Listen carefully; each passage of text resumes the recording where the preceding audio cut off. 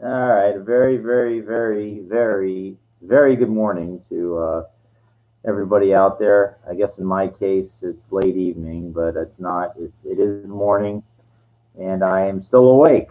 Um, why are you awake? Why are you up on? Why were you up all night? Hence the title of this episode is the tales of the bottom feeder. The bottom, it's a bottom that means like. And if you don't know what that means, the bottom feeder, you're gonna know once I explain what is a bottom feeder. Okay, so this episode is brought to you by um, Organics Tea, Pavilions, Vaughn's. They make this. It's really good. This is the chai spice one, okay? And I told you, you put the secret ingredient inside. Now, where do I get that term, secret ingredient? Let's see if you can guess. I'll give you a clue. Science fiction. Think. Secret ingredient. Star Trek V, The Final Frontier. Remember when McCoy is cooking up the beans, right? And he goes, Doctor, the secret ingredient is alcohol. He goes, you're right, you green blooded Vulcan. Remember? The secret ingredient. It's whiskey. It was whiskey he put in the beans. I like DeForest Kelly. He's really good. It's quite ironic if you think about it that he was a Western actor. He did Westerns. And they cast him, as a doctor. But think about it, it's ironic. Bones, but Leonard H. McCoy, the Western. Do you see? They gave him a name, a tribute from his westerns that he did. It made it easier. It's easier to portray your character. And then Star Trek Five, you like bring it out that western, that kind of thing. And that was like one of the last movies he did six too. That was it. I liked him. He was good. Good chemistry. Very good chemistry. The TOS original series. You know, got to have that. Some of it, didn't really like Uhura, and then Chekhov had his thing, but it wasn't Sulu. But there was no real bond. You couldn't feel nothing, but you felt something between like the way it worked between Kirk, Spock, and McCoy and Scotty. Not in the original. I think it took later actually. In the movies, you would see more of like family knit thing. My favorite Sulu was Star Trek Six. Undiscovered country with the Excelsior. That was really he gave him. It was like a good role. It was a good part when the Excelsior. The best part, in my opinion, was when you know, fucking up the Enterprise and if going fly her apart then, right? So the fly her apart. It was really good. I like the command kind of thing, and then it comes out there and the Klingon prototype fire when close. It's like give it something else to fire at. It was good. I liked that. The game's afoot. Send. I liked it. It was very really good. They needed that. It needed because five was such a letdown.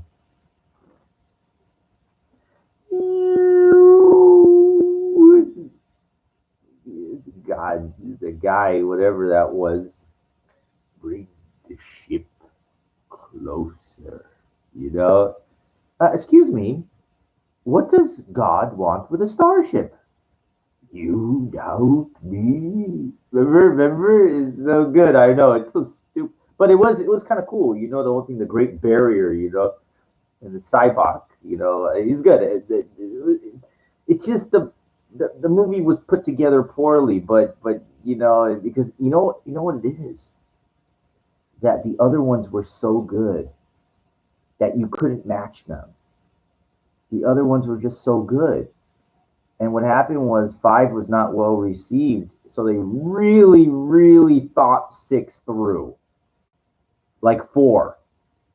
Four was really, really thought through. And so was two. And so was three. It's very good. Very good, the connections between that. Because you had to understand when you saw four, where's the Enterprise? In the end, they're getting another ship. What's the other? You have to see three to understand. And what happened in three was this Genesis thing. You had to see two to understand.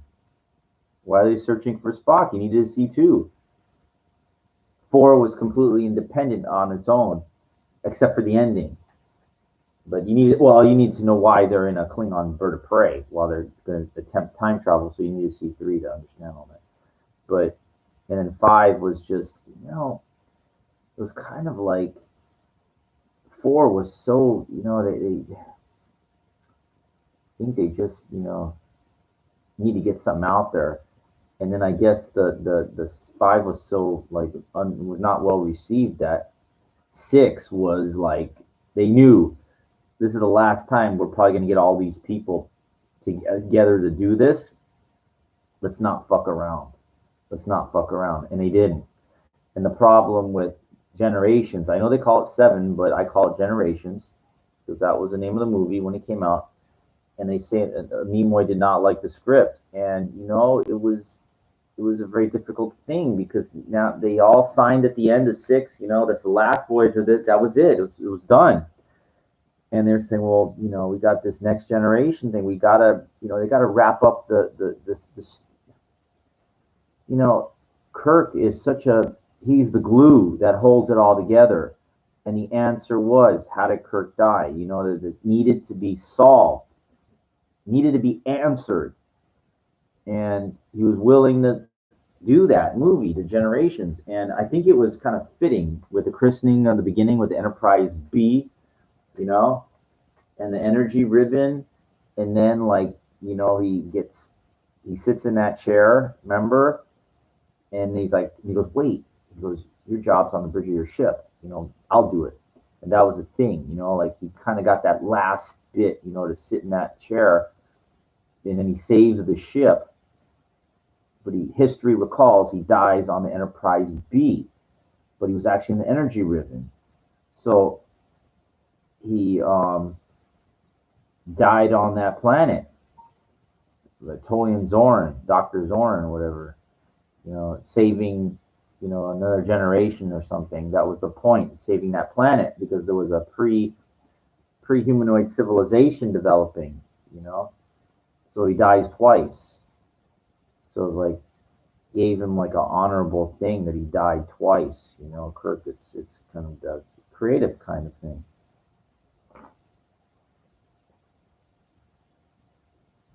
He's let me tell you something. I got lucky. I met Bill Shatner at a nutrition store one time. And let me tell you something, man. And I'm shaking my head because it meant a lot to me. It meant a lot. Okay. It's not like going to a show, and being amongst 1,000 people, whatever, for an autograph of him and explaining. This was at the small nutrition store. And, it's not there anymore, but, I go in there because they would have deals on sports nutrition stuff sometimes. And there he is. I knew it was him immediately. And I was like, oh shit, it's him. And he's never alone, ever. I don't know, he's dating some woman or something, and she was maybe 20 feet away. and he was wearing glasses, right? You know, reading glasses. He was looking at a nutrition bar, like its ingredients. And I approached him very, very calmly. And I'll never forget this as long as I live. I'll never forget this. I went up to him and I said it in the most calmest voice as I could do it, like in the softest voice. I said, Mr. Shatner, like this. And he looks at me and I go, if it wasn't for you, I said that. That's all. And once I said that, if it wasn't for you, I said it like that, like the most honest way I could say it. That's, you know, he actually, I think he took my hand. Like I didn't try to shake his hand, like he tried to shake mine. It was like, I couldn't, he shakes my hand, but it was like a calm, like connection. And he goes, thank you.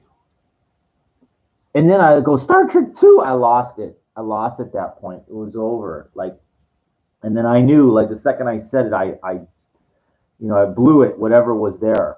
My friend says, look, you got excited. I know, because you don't understand what that movie, like when I was a kid, it was like it was the most incredible thing I ever seen. You know, like when I was like 82 or 83, the Star Trek 2, the Wrath of Khan is like unfucking believable. Okay. It's unfucking believable. You know, the battle sequences, the tactics, the coolness that he had, the presence that he had is unfucking believable.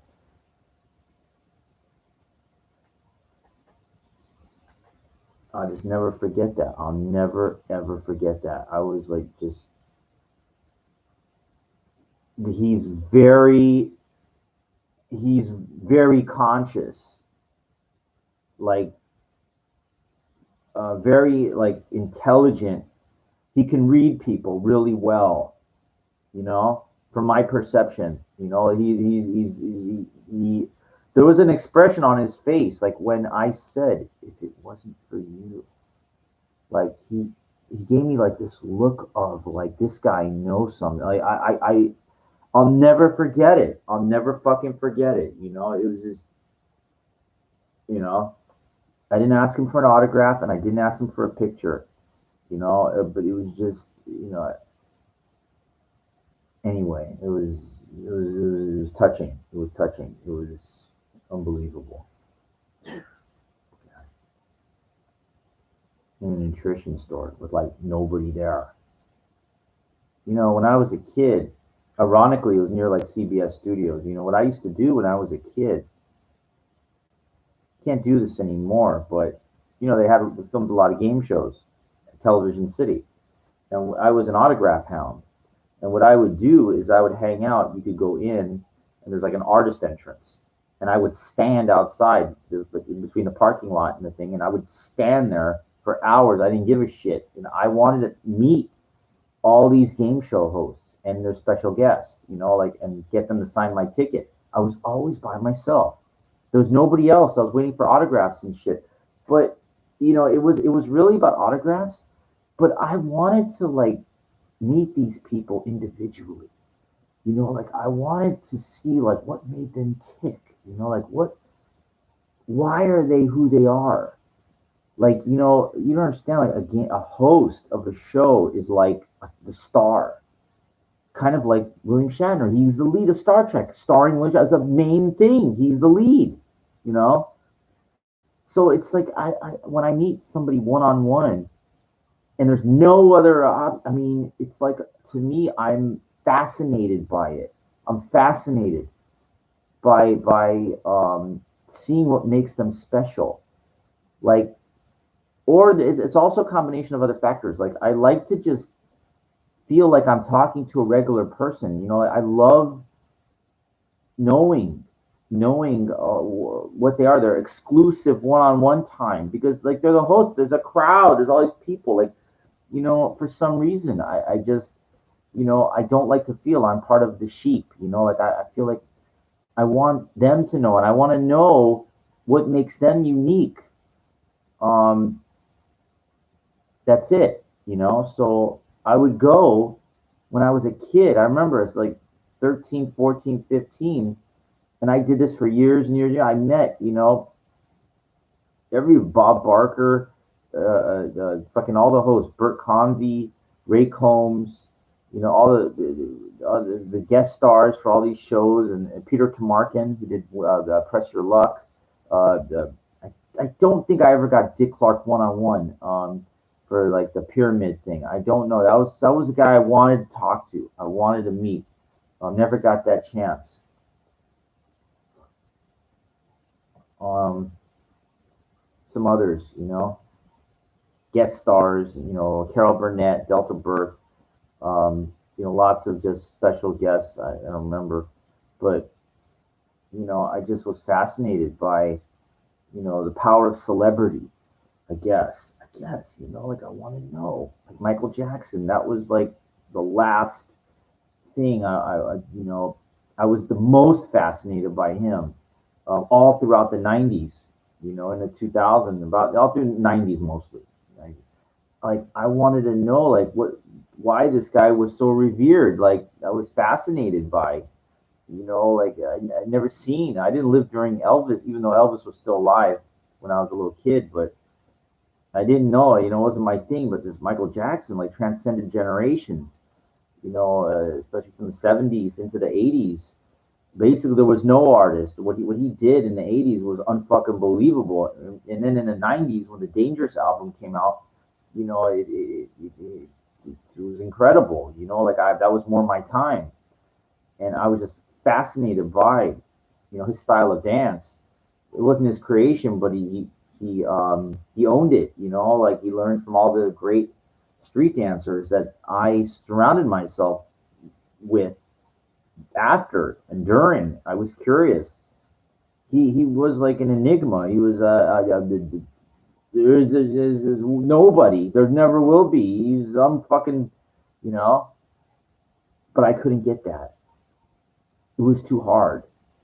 Like he was very, very elusive. I was able to get autographs, here and there, but I couldn't get like that real one-on-one connection time that I wanted. I was just fascinated by some people. Just like want to know like what makes them unique. Like what's there? It's incredible. Now, so why don't you be like an interviewer or something? No, you don't understand. Those people that do talk shows, that shit's all scripted. There's crowds and stuff like that. They're on television. They're thinking.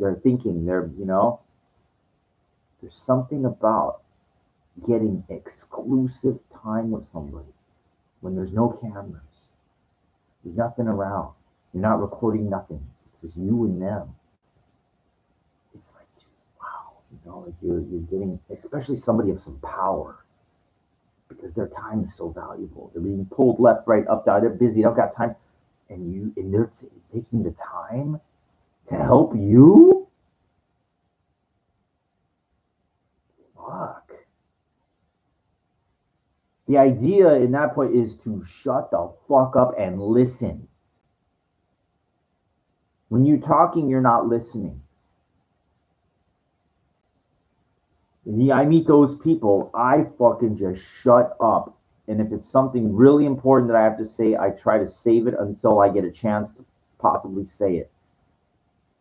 I'm sorry. It's a power of hierarchy. They are, treated like, Stallone. And he's got a brother too, but everybody, when you say Stallone, they don't go Frank Stallone. They go Sylvester Stallone, Sly Stallone. I met his brother at the Rainbow one time before I had my script, and we talked briefly about Saturday Night Fever. But I just, years ago, I didn't have my, Look, I'm always working on my communication skills. It's I used to put my foot in my mouth, with things. It's a skill. It has to be developed. Especially when it comes to women, and that's where I'm going with this discussion. All right, so what's a bottom feeder?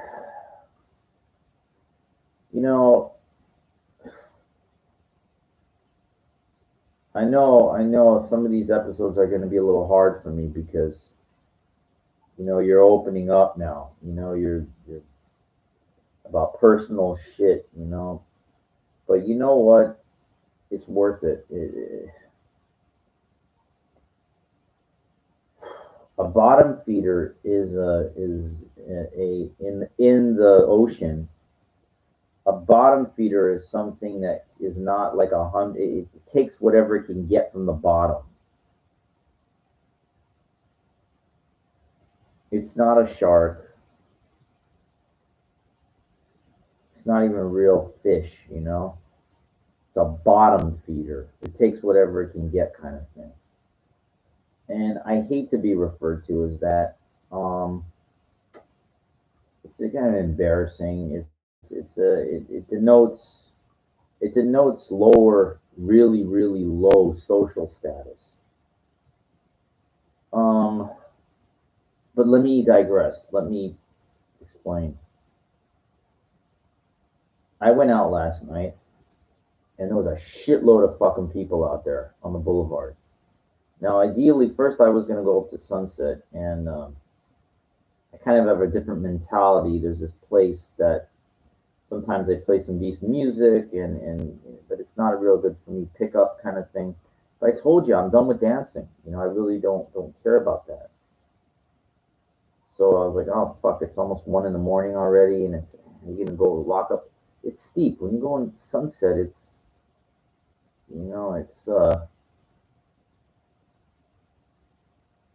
starts going up a big. It's hard.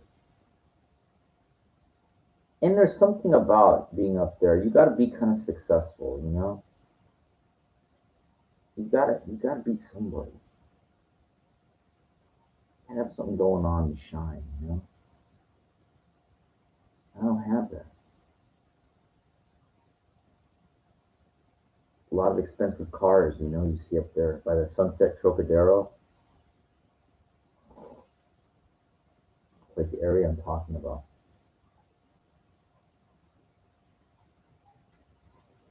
So I decided not to and just do my regular walk route around by the Abbey and whatever. There's a fucking shitload of people. Friday night, or like past COVID kind of thing. People are going out. I noticed a lot of people of color there. I just noticed that. I don't know why. There is. I don't have a problem with it. I'm a lot of stuff that I could say could be misconstrued and taken the wrong way. You got a problem with black people? I got no fucking problem with anything. I got a problem with people that are assholes, and they come in all races.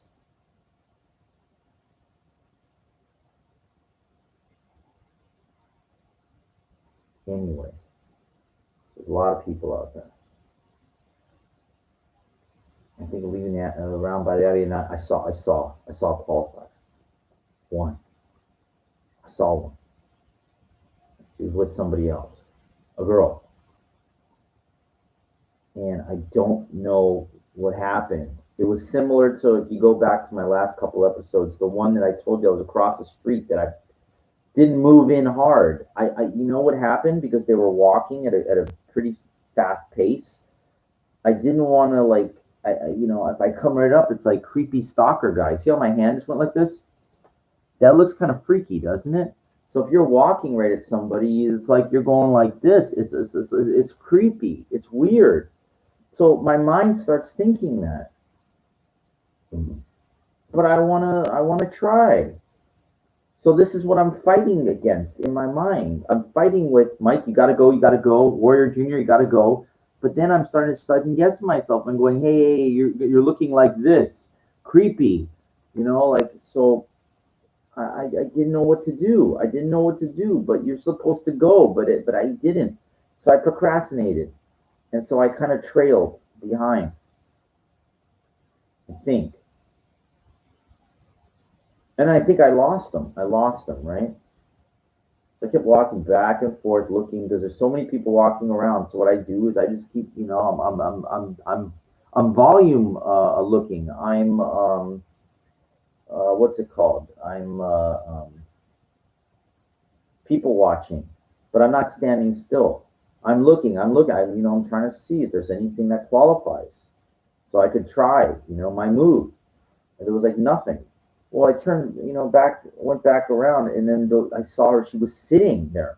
She was sitting on there was a stoop or something with that other chick. And I said, and then I didn't have to think. I didn't have to think because I knew I was approaching, and I did, and I did. And what happened was, I tried to talk to the one that I liked. I wasn't getting any type of like negative go away kind of thing, and her friend I tried to give more attention to, even though I was interested in the other one, but I didn't want to ignore her.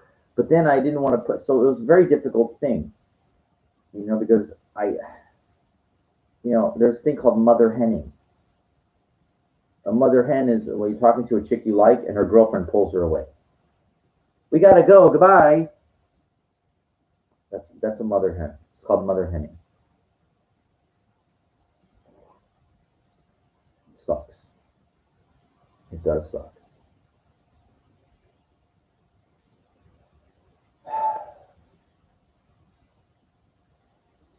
I couldn't really get any real interest thing. So it was basically over, right? So I walked back over the Abbey by the side. I don't want to stand in front. So many people coming in and out. Stay off to the side there. So I kind of see who's coming in and out, and people walking by me. And then I shit you not, those one that I like, they both walked right by me down the sidewalk.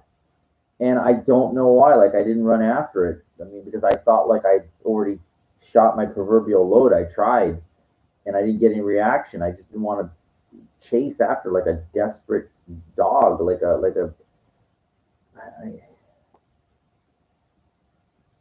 was really kind of upset because that was the only one that I saw the whole night. The only one. And I feel like I didn't try. I felt like, remember, there's levels of try. Remember, the nice compliment is cute, but you got to follow up. You got to follow up hard. And when you walk, because if you walk away without a real definitive no, then you're like, hey, well, what, you weren't bold enough. You got to be bold. You got to be bold. You got to be bold. I know I said it 3 times, but I'm saying it to myself. You have to be. Now, what happened was I went home, made something to eat, and I started thinking to myself, there's that after hours, sometimes it's like 4 in the morning. It's like at Mickey's, they got like this gay club, but there's women that they go there too. And it's like, you could see through, you don't have to go in, you could go in, and it's kind of like, they have all different types, things you don't know, alternatives.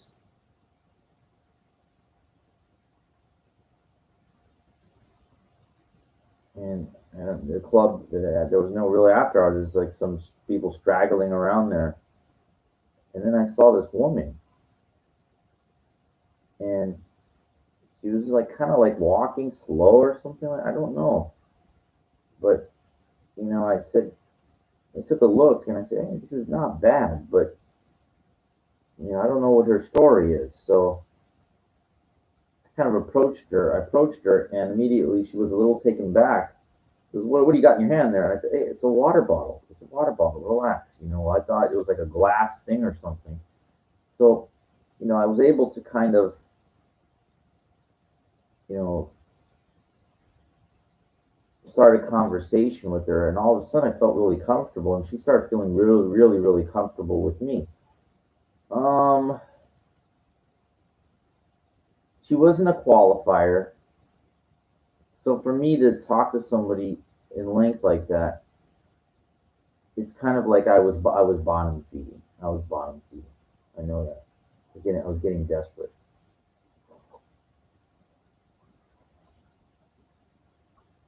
Um, sounds really bad, but listen, communication with women is better than no communication, because what you're doing is you're learning, hopefully. So I kind of was walking around with this chick. We're talking about it, telling about my life. She told me about hers. And, I was looking at her. I was like, okay, well, uh, I could probably get off. It's worth it. And I was trying to figure out, okay, well, where do you live? I was trying to get it, and she's like, well, I don't really have anywhere right now. I have all these friends, and she just has a boyfriend, this and that. She's just kind of like going wherever the night takes her, kind of thing. Hey, these opportunities don't come around all the time. Unfortunately, in my area, the hotels are quite pricey, especially on the weekends. And if they're not sold, if they're all sold out.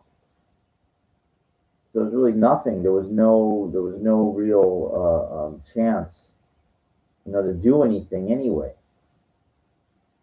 Um, it's funny because I was talking with some dude in a car. He tried to stop. I know he wanted to get in. I boxed him out. I positioned him out. And when he tried to say something, I went, have a good night, dude. I got him out of there. When I'm talking to somebody and I got that going, and some dude tries to show up that's not part of the equation, I get them the fuck out of there. I get them fucking out of there immediately. I don't let them stand around and listen to the conversation. They have nothing to do with it. I get them out of the equation. If they're a little persistent, then I box them out. Position yourself. Get them fucking out of the equation. Do not let them work their way in or attempt to. I'm really good at that because I've learned from a shitload of life experience.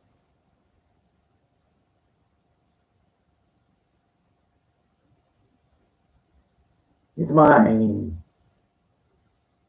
Well,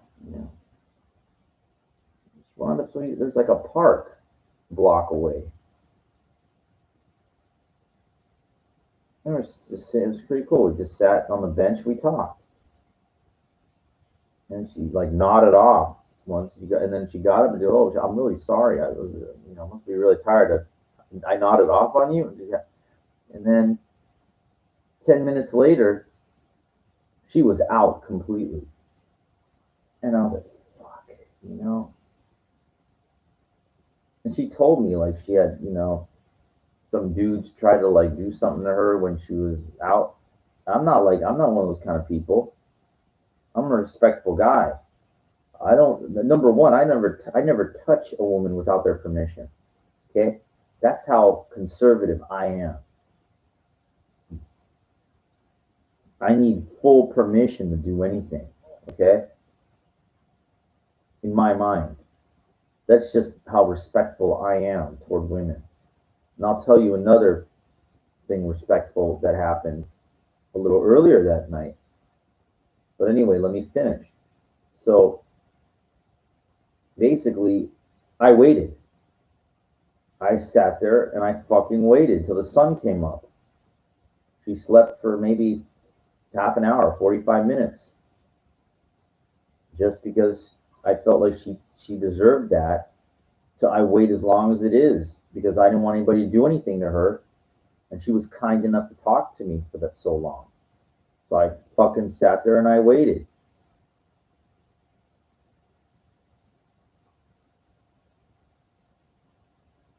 She had trouble, like she got this new phone. She didn't know how to put her number in it. She didn't know her number. I said, hey, if I see you around in the area, and it was okay. I didn't get so long story short, I didn't get off and I didn't get any real action. But you know what? It's okay. It's okay. Let me give you another example of respect. I think it was like I was coming before I went back out. It's almost 4 in the morning. When I was coming home around like 2:30 from the initial timeout. Sometimes I take these side streets, easier to get home. And was like a group of three chicks, but they weren't walking together. They were walking in a row. Like one behind the other, and the other one was kind of trailing. And here I am coming up on the sidewalk. It's like dark. It's like 2:45 in the morning, and I don't want to on the side. I don't want to approach these women like from behind. Actually, I didn't want to approach them at all. I looked at them; they weren't my type. But I just did not want to. It's like a weird thing, like a guy's coming up, and there's nobody around to protect them. So what I do, I walk into the street. Meanwhile, there's fucking cars coming at me, and they're like wondering, what the fuck is this guy walking in the street for? I don't have to validate anything. Now, the one that was trailing behind, the two girls were waiting at the corner for that girl to catch up. And so what happened was I was already ahead of that third girl. So they could see me in the light. Now, once I saw them, I went past them back on the sidewalk. And as I walked by, I made sure I just felt like telling them, I said, out of respect, I wanted to walk in the street so she could see me. So it's not like I'm creeping up behind her. Make people feel safe that way. And they said, thank you. I think I got that twice. I got two thank yous for something similar like that. Because I saw one chick walking by herself, same street, and I went into the street to give her plenty of space. I do shit like that. I put myself in their shoes. And I don't expect anything out of it. That's called being a good person. Yeah, I know. I want to get my needs met. I know. Okay? But what you have to do is if you show that you're a good person, to yourself, then you know that you're not doing anything wrong. It's important. You got to kind of be out. Yeah, I know you got to be selfish in a way about your thing, but it's good to be courteous too. It shows your character, you know? It's important. You don't ask for nothing in return. You just do good things like that for people out of respect. Something about it, it's rare, in my opinion. Now, I had this friend, he was a little too extreme. This guy that died, Jeff, what he would do, he'd walk on the sidewalk, and if he saw any woman walk by him, he would turn to the side and he would freeze like he was like a military soldier. Like, I guess his dad was in the Air Force or something, but I guess that kind of thing, like he would just step, he would walk, and if he saw the woman, he would step. He's walking on the sidewalk, he would turn to the side and step to the corner of the sidewalk, and freeze to let the woman walk by. That's a little too extreme. Okay, that's a little too extreme. But he had mental problems and stuff. And unfortunately, he's the guy that drank himself to death. He didn't make 50, and he didn't care.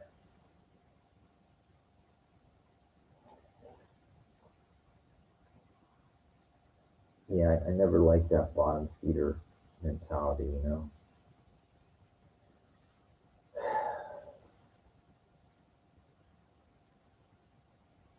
I mean, you can equate that, I guess, to if you see like a homeless woman or something, that's kind of like being a bottom feeder. I guess, if you're paying women, it's the same thing in a way. A lot of these women, the high class escorts, looking for gentlemen, that they use oh, I only cater to high end. That, yeah, well, you know what? I don't know, different strokes for different folks. Hey,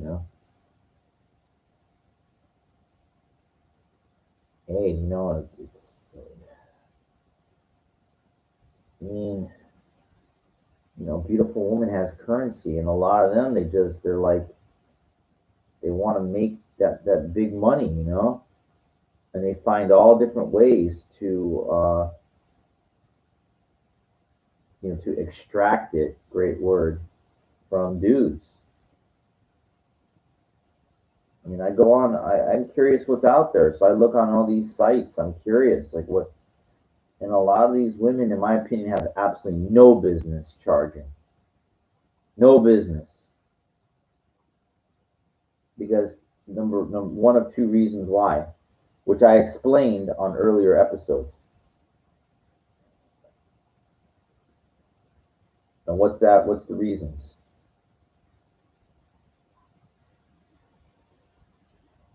Number one, they don't fit my description of what they're supposed to look like. And number two, they don't know how to dress properly. Don't know. I look at these pictures, I look at the way they dress and their bodies, and it's like, I don't know how the fuck you're getting. But again, every body is different. Maybe it's the time I grew up in the 80s or 90s. I'm used to like certain types of looks that, excuse me, I've been up a while. But I wanted to do this episode.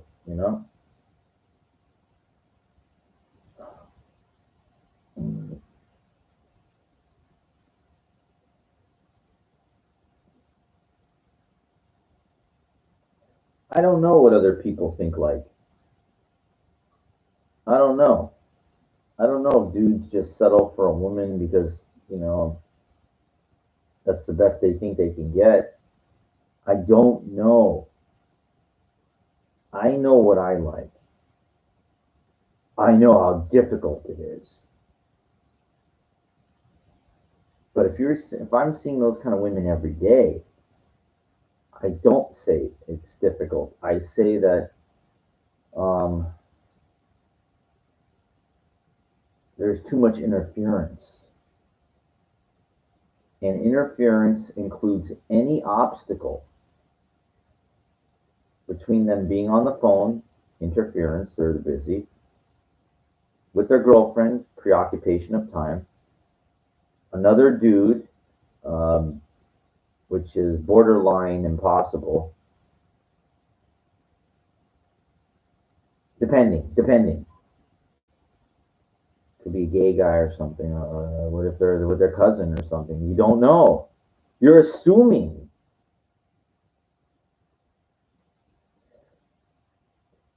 But it has been my life experience that the women that I'm looking at have fucking currency. They have currency, that means they're fucking busy, preoccupied with something going on. And all that interference, that something going on, and all that makes it hard as fuck for me to get in there. And the reason that it's hard as fuck is because for you to get in there, that means they have to give something up to allow space for you. That's hard.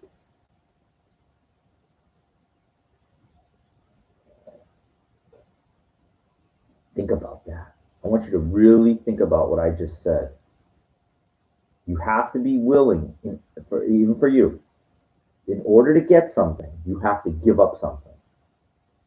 That's just how it works. And that's how it works for them too. And that's hard.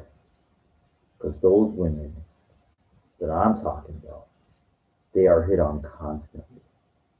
Okay? Those women that I'm looking at fit the narrative. And there's a lot of dudes that have money that live up in the hills that can pound me into oblivion. What I mean by that, not physically, but financially. They can pound you into oblivion. You don't exist compared to them. They have the fucking house in the hills with money, car, whatever.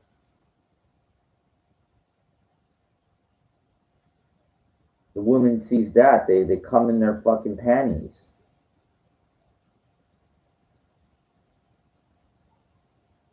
That's what you're up against. Unfortunately, and it sucks because, you know, you can only do the best you can.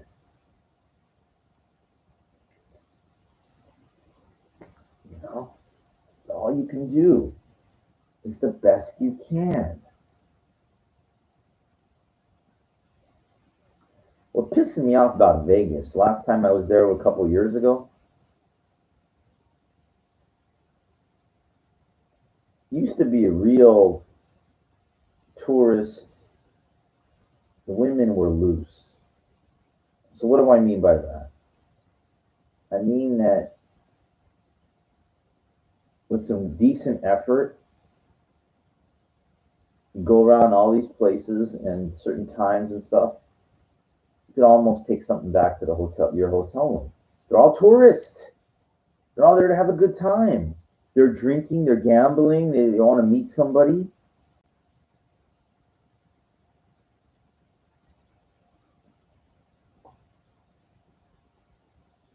It's like adult Disneyland there. But they started to change, is what happened. They started tightening up the drinking rules. They started I remember like the lounge dancing, they stopped it like before 2 a.m. I went, what? Well, it's a liability. They don't want to have that music. People fall and slip on the thing and get hurt because they're drunk. So casinos stop that. They keep the casinos open, but the lounge acts, the music, live singing and stuff, where people are dancing and stuff. They have it. They had it at the Paris. They have it at the Bacchanal bar at the Caesar's Palace. This little dance area, but they have 20 people there.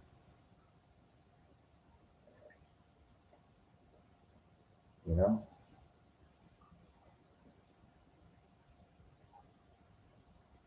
it's like you won't have that out here. You have it there. That's why that saying exists. What happens in Vegas stays in Vegas. It's like, you know, people are not that scared. Let their inhibitions down. But then it started to change. I remember there used to be like these women walking, the street walkers, working girls. I remember the bars at the was it the Mirage? It was the Baccarat bar, I think it was called. There was a row of women just sitting playing Keno, whatever. They're all quote unquote working girls. Pick anyone you want, and you could leave with her. You pay. I remember I did. Okay.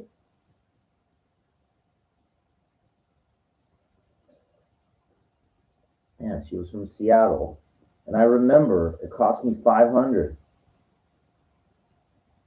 I remember. I looked there. I was like, wow, But I wanted these experiences. Was it worth it? Uh, hmm. That was kind of a bust. That one, get it, a bust. But yeah, it wasn't the most memorable experience. Memorable experience. I'm sorry, I'm on a joke tangent right now. Um, but then trying to meet regular tourist women that aren't working girls. I have before. I'm trying to think if I ever pulled. I think did I? I don't think so. I'm not sure. I'm not sure exactly, but it is possible. It is possible. There's something about there that you get it's you have the time to work with this 24 hour, the all night thing. In LA, you don't, because 1:30, 2 o'clock, these places are closed. So I'm using the basic idea of judgment that Okay, well, you meet somebody, you meet a woman at the nightclub or the bar. You got to be kind of a little. But then once the party's over, if she came with a friend, they're going to be leaving together. Like you have to look at things. You have to look at things. There's something about you get more time in Vegas. Like there's no, oh, we're closed now. Closed is 24 hours. You're up against just the sun coming up or them getting tired, which is okay. They get tired in the hotel room, they invite you back to their hotel room. It's like in LA here, they have to drive back, or unless they're staying right where they're going, which generally they're not. LA is not a party town, okay? It's not. Like by UCLA, that Westwood Village, that's like a ghost town now. That used to be it used to be the real, a place, but it's not.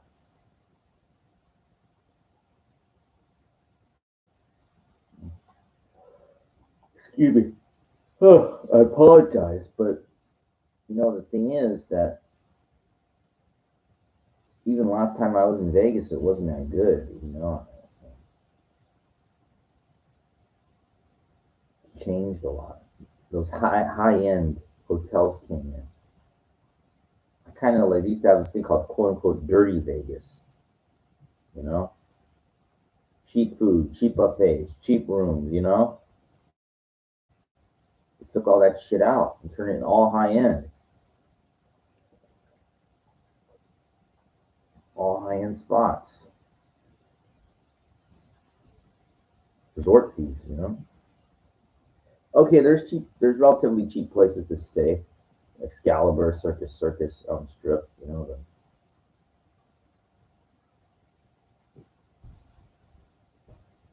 But it's uh,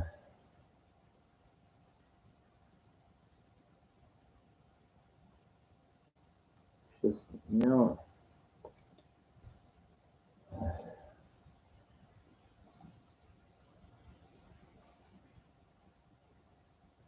it's like I'm kind of picky. Why settle for something that you think is average when you know in your mind like what is like really would get you excited? That's what I want. That's what I'm waiting for. I'm willing to wait for that one. I don't give a fuck how long it takes or how hard I gotta try. I can't settle for something that's like not really gonna get me excited. It doesn't. It's not there. It's not. It's like climbing a little, you know, on top of a little peak, little something.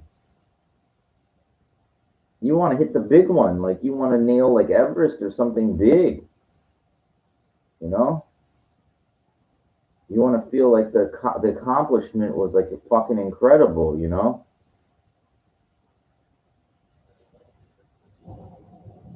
And the problem is that a lot of these women like they just don't get it.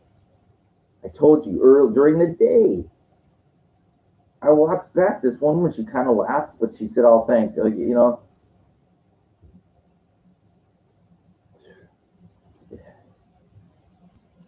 Man, she knew how to dress that one too. Fuck.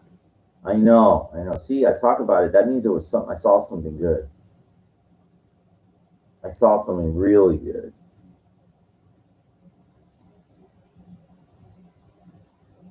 Sorry, a little tired. Now, remember, I'm not frustrated because I tried. Or I sunburned, that's what I keep doing. But I get mad when I procrastinate. I get mad when I don't try. I definitely don't get mad if they say no because that means I got to talk to them and I got to know. If I don't even try, I get fucking pissed because then it's like my own mind fucking me.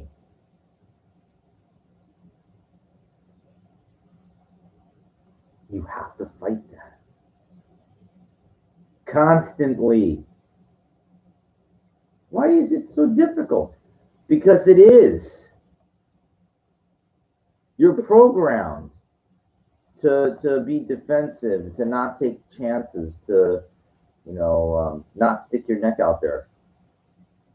You're programmed to fail. I guess I am. If it was so easy for me, I'd be having success all the time. I wouldn't even have this channel. I wouldn't care.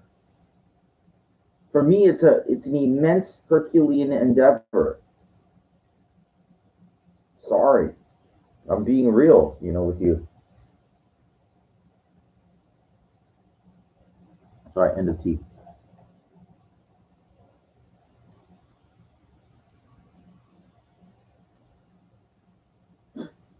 You know how many fucking gay dudes probably know beautiful women? I can't fucking help you. I'm gonna help you introduce you to anybody or anything. They're not.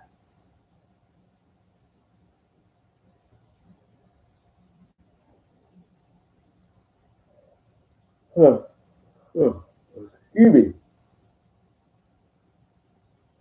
That's fucked up. That's fucked up. Because they know all these women and they won't help you. It's almost like that 1% that own everything. They're not going to give it out, man. They're keeping it all for themselves. Every fucking last drop. Every last drop. You show me anybody those 1%ers that give up a lot. Oh, in taxes they pay it. They pay a lot. And that's donation money. Yeah, they have to pay it. They're donating to a good cause. They're doing that because not out of the kindness of their heart. They're doing it because it's a tax write-off. And that they can, they don't have to pay it to the governments either. Like Mayweather had that thing. He had like a charity boxing event. It was either pay it all to the bank, to the government, or put on a fucking event. He chose event, You think these people are giving money away for no reason? They have to.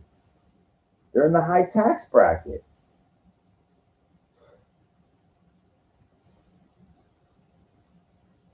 Mayweather. Great talent, unbelievable, but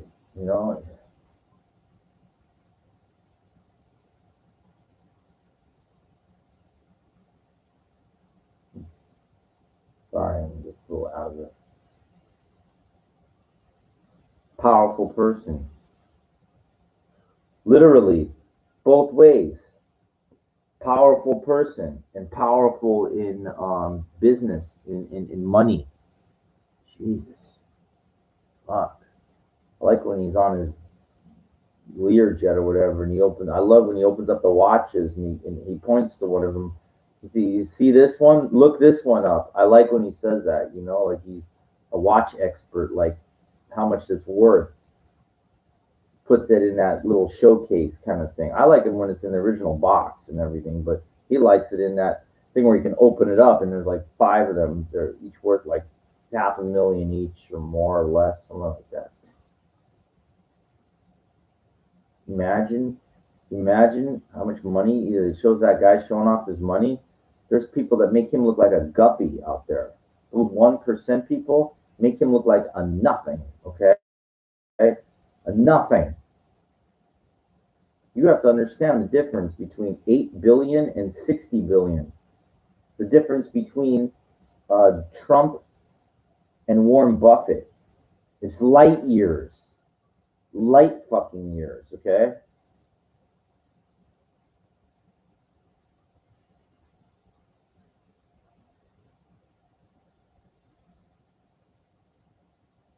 Sorry, I'm a little out of it. Unbelievable. That's why when he fucked Stormy Daniels with a big, hoot nanny over it. I don't know how much he gave her, but it's like he's like thinking, whoa, I can have that. Yeah, you can when you're that powerful, whatever, They come to you, literally. When you've got that kind of power, leverage, and stuff, okay? You know how many condominiums that guy owns and rents out or whatever? He wants Stormy Daniels. Guess what? She's there, like, at her next available in a faster, like, whatever. It's like jump. They say jump, and they say, how high?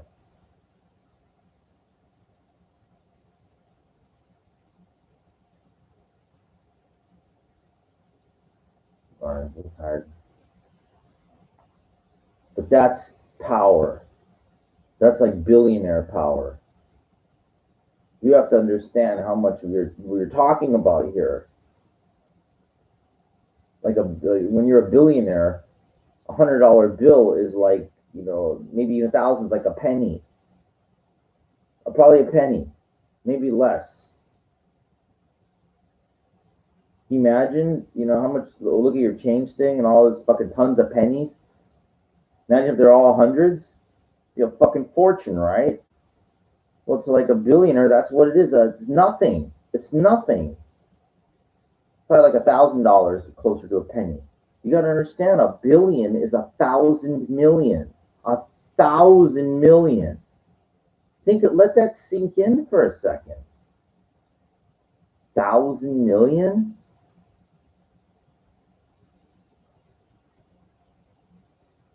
Jesus.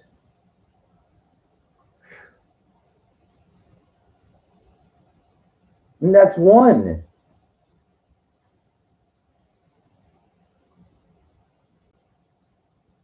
So when someone of that kind of power says, I want to meet this chick, guess what? It's a done deal.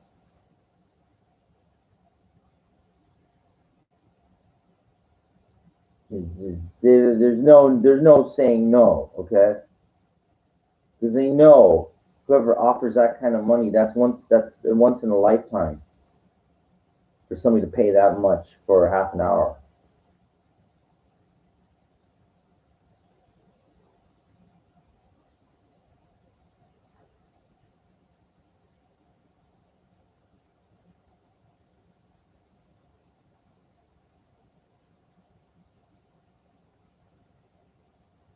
All right. Okay. I'm fading out of this. I hope you appreciated my honesty a little bit about bottom feeding. It's not really something I like talking about too much. Because the whole idea is to elevate your status, not go down, but sometimes you got to take a step back to go forward. Sometimes. Hang tough, my friends, I hope my stories give you some type of motivation or inspiration in anything that would help,